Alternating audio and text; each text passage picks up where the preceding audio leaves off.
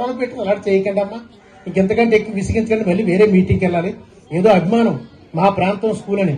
అమ్మా ఒకప్పుడు ఈ స్కూల్కి వస్తే అసలు కాకుండా 1000 మంది స్టూడెంట్స్ ఉండేవారురా, 1000 మంది.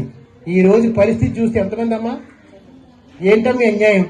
దేవరాపల్లి హెడ్ క్వార్టర్స్ లో ఉన్న గవర్నమెంట్ స్కూల్లో 300 మంది.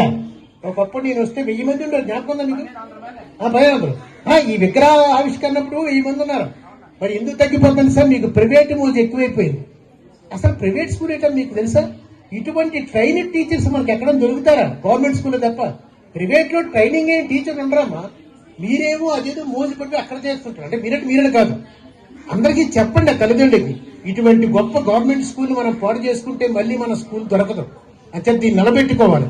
అంటే అందరూ కూడా దేవరాపల్లి లాంటి నగరం ఇది, మండల హెడ్ క్వార్టర్. ఇటువంటి దగ్గర 200-300 స్ట్రెంత్ ఏంటమ్మా? 1000 మంది దాటారు. అందరికీ తల్లిదండ్రులు చెప్పండి, ఇంతకంటే గొప్ప స్కూల్, ఇంతకంటే గొప్ప మేస్లు ఎక్కడా ఉండరు. ఇక్కడే అందరూ చదివించి ఇంకేం కావాలమ్మా? ప్రభుత్వం ఇన్ని ఇస్తుంది సౌకర్యాలు, అవన్నీ వాడుకొని మళ్ళీ మన ప్రైవేట్ మారిపోతున్నాం. అది చేయకండి, మంచిది కాదు. చివరిగా మీ అందరికి ఇందాక చెప్పాను, మీ పిల్లల్ని ఆస్తులు చేస్తారా, అప్పులు చేస్తారా? ఈ సమాజానికి ఏమవుతారు? You have to become an asset to the society. ఓకేనా? I wish you all the best. Thank you. గౌరవ ముత్సల్ నాయుడు గారు చాలా అమూల్యమైన సందేశంతో బిజీ షెడ్యూల్లో ఇచ్చారు. దీన్ని అందరూ పాటిస్తారని కోరుచున్నాం.